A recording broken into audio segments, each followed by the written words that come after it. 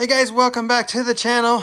In this video, we're going to be troubleshooting it's on a snapper riding mower, but it's Briggs and Stratton INTEK 12.5 horsepower motor, where the customer discovered that gas had filled the top of the cylinder. You see right here is the spark plug, and I was actually panning over here because this is where the carburetor is at. You can see since he's brought it over, I've disconnected the fuel line. But this is a common thing that I do see. I mean, it's not very often, but the needle is not setting correctly. And it's just allowing gas from the gas tank to flow right into that carburetor. And then if the valves are open, it's just going to flood the top of the cylinder. And then once it floods the top of the cylinder, it makes it into the crankcase. And yeah, so we got to drain the oil, get the gas out of the cylinder, get the gas out of the case. And then we need to get the carburetor repaired so it no longer does this. So as you can see,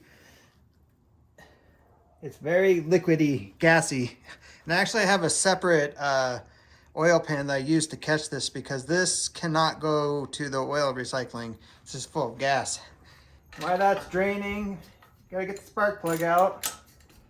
And as you can see, caught the tail end of it. Gas just come pouring out of the cylinder as well. And it makes a mess. There's no way around it.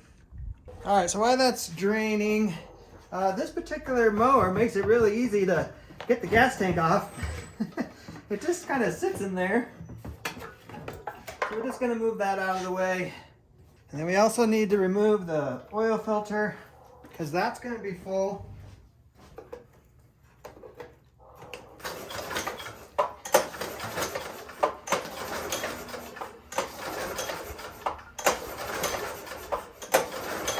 All right, I also like to remove the exhaust, and then I'm going to remove the valve cover.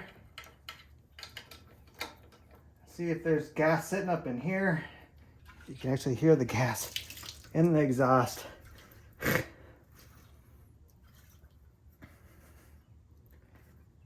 we got to let that dry out. All right, and then one other thing I like to do is I'll actually just jack the front of the machine up. So that way everything is angled back, and we can try to get everything to come out, and we're gonna let it sit. Just let it drip for a few hours. All right, while that continues to drain, we need to remove all the plastic because we got to get to the carburetor. All right, let's talk about how this works a little.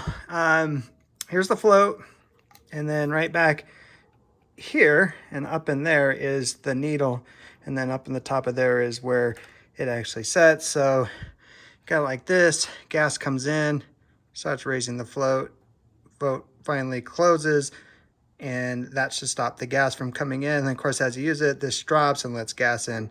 So when this is going up right now, it's not sealing. And you can see that's just the tip of that needle is a piece of rubber. And then in here, you can see the little hole. So that just sits in there, and that's what makes the seal.